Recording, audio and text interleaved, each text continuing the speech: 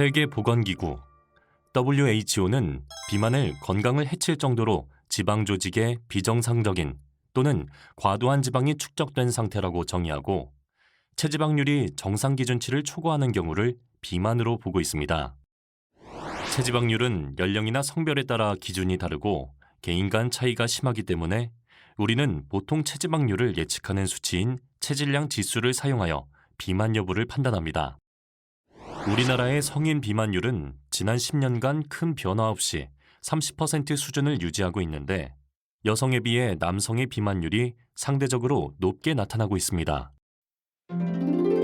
비만에 대한 일반인이 갖고 있는 인식을 조사한 결과 일반인들은 비만 문제를 심각한 수준으로 인식하고 있어 비만 관리의 필요성에 대해서는 국민적 공감대가 형성된 것을 알 수 있으나 문제는 외모에 대한 지나친 관심과 평가로 인해 스스로 신체 이미지를 왜곡하여 정상 체중임에도 불구하고 과도하게 다이어트를 시도하는 경우가 있다는 것입니다.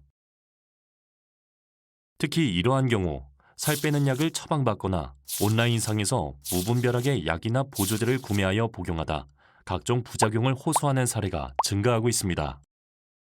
흔히 살 빼는 약 혹은 다이어트 약으로 불리는 약은 전문 용어로 체중 조절약이라고 하며 그 작용 원리에 따라 뇌에서 식욕을 억제하여 에너지원의 섭취를 억제하는 식욕 억제제와 음식물을 섭취했다고 하더라도 장에서 에너지원의 흡수를 방해하는 지방 흡수 억제제로 나눠볼 수 있습니다. 식욕 억제제의 주요 성분으로는 로카세린과 펜터민, 펜디메프라진, 암페프라몬, 마진돌 등이 있는데 이들은 약의 의존성과 내성의 위험 때문에 향정신성 의약품으로 지정되어 마약류 관리법에 따라 그 사용이 엄격하게 관리되고 있으며 의사들도 일부 고도 비만 환자에게만 제한적으로 처방하고 있습니다. 그래서 마약류의 식욕 억제제는 보통 체질량 지수가 30 이상인 고도 비만인 사람들에 한해 4주 이내 사용을 권고하고 있으며 기간 내에 치료 효과가 보이지 않으면 사용을 중단하고 엄격하게 관리받는 약물입니다. 그럼에도 불구하고 최근 들어 처방이 급증하고 있어 심각한 문제가 되고 있습니다. 펜터민과 펜디메트라진, 암페프라몬, 마진돌은 기본 화학 구조가 필로폰과 유사하여 마약류인 암페타민과 유사한 양리작용 기전에 의해 식욕 억제 효과가 나타납니다. 하지만 문제는 이런 식욕 억제 외에도 각성, 다행감, 환각 등의 부작용이 나타나고 심한 의존성을 유발하게 됩니다. 또한 이러한 식욕 억제제들은 마약류로 분류되고 관리되고 있음에도 불구하고 온라인상에서 불법으로 유통되고 있어 주의가 필요합니다. 만약 이 약들이 마약류라는 사실을 모른 채 온라인상에서 구매한 경우에도 마약사범과 동일하게 처벌받을 수 있습니다.